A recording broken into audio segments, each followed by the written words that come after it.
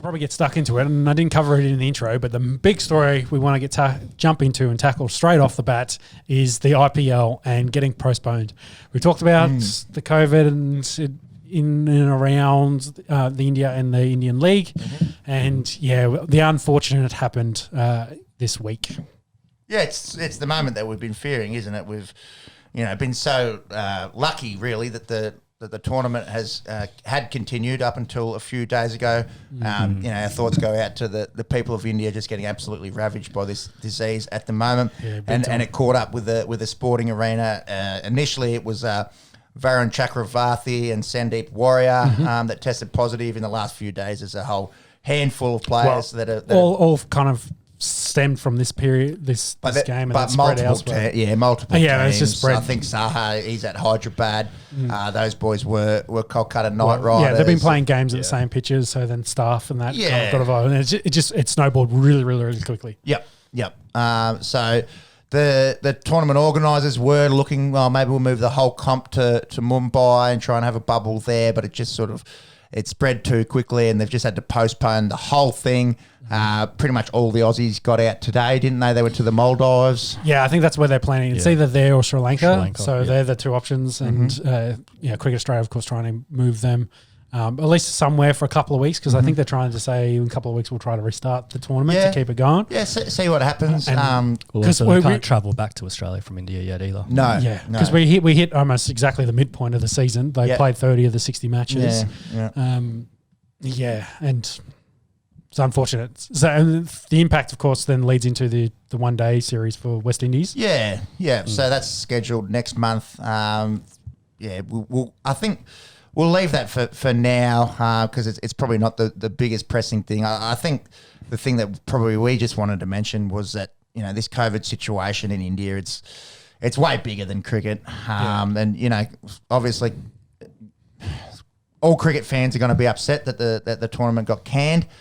And we had been sort of mentioning that, it might have been something that had sort of brought a bit of enjoyment, something to look forward to daily, if you're stuck inside. Talking to all the fans, there's like the one thing of the day they could look forward to is they were going to have an IPL match that night to watch. That's right. Watch some cricket. It's just, Yeah, but I think it reaches you've got to realise it reaches a certain point. And we talk about in India, cricket is bigger than life. Well, this is an example of maybe pushing it a bit too far. I think if we take a step back, if we realise the situation, we wouldn't be sending people over there. And we understand the bright spark, and it's such a tough time over in India at the moment. But this is a moment of, where sport actually does need to go on the back burners and people need to just be smart and be safe. Yep. So that's it. One point I wanted to kind of allude to is it wouldn't surprise me if based on the schedules and guys coming back and forth, it wouldn't surprise me if when this restarts, it'll be an India only league, as in all the overseas guys will be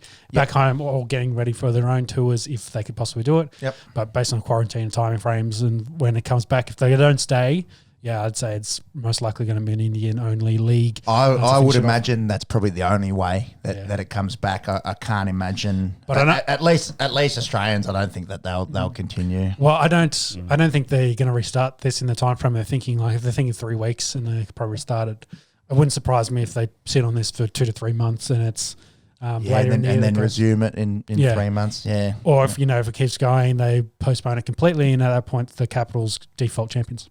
Yeah, there you go. Top of the table. Top of the table. Default. One big story that came out of this was Michael Slater. He's been over there commentating. He had a big go at our fearless leader, Scott Morrison, blasting him over the India travel ban. I think the most poignant thing that he said was he had blood on his hands over his handling of the situation. I love watching Michael Slater growing up. It sort of started to revolutionise Test cricket in being a really aggressive opener. He's David Warner's idol. He based a lot of his game around slats. I don't get stuck into many people on this. I try to be a little bit non-confrontational, but I think that's fucking idiotic to be honest. I haven't minced my words there. He's gone over there to commentate. He's already, well off. He knows the risks, and now he's in the mold. He's okay. He's in the Maldives. He's in the Maldives. He can't come home for a couple of weeks. I don't know. I think there's bigger things going on over there in India than that. Doesn't really help anything. But anyways, everyone says dumb shit. Like I say dumb shit 8 times a night on this little show. So we'll see. Shout out Townsy. Yeah, and I think old ScoMo's probably got bigger things to worry about than a cricket commentator. Exactly a point. Like he's more concerned about the Indian Australians. So there's about 8,000 of them and how they. I think there's like 10,000. Yeah. So there's, and that's not to mention all of the expats that are here that have massive amounts of family there. Yeah, like, exactly. That's more an important situation. Yeah, than, bloody oath. Than the say 100 odd Australian cricketers that are floating around over there. And then of course he's got the 25 odd million Australians that he also needs to worry about in this country. So yeah, he's got bigger things on his plate than some cricketers. Anyways, we try to keep it more about sports and less about politics. And just shout out to Michael Hussey. I think he came out during the week that he has contracted COVID, so hopefully he's doing all right over there, getting some good treatment because it's a bit hairy, as we alluded to. Which all our thoughts and prayers out to India. I like that you got that there, the Jason Behrendorff. Do you want to run us through what he said there, quick, Smugs? Yeah, so just following on the other week from Pat Cummins and what he did, our Canberra Jason Behrendorff. Vikings represent. Yep. Also came out and with a post on Twitter and made a donation to UNICEF to obviously help the cause over in India. Yeah. Good to see the boys get around it and contribute as much as they can. Now that the competition sort of wrapping up for the moment. Yeah. It's be close to the nicest bloke getting around in world cricket, Jason Behrendorff. So shout out to him. Yeah, definitely. And he obviously was a late entry into the IPL as well. So he's just gone over to have to, I guess, quarantine and turn around, come straight back. Yeah, that's it. So, obviously feel for him and a lot of the boys that had to do that as well. Yeah.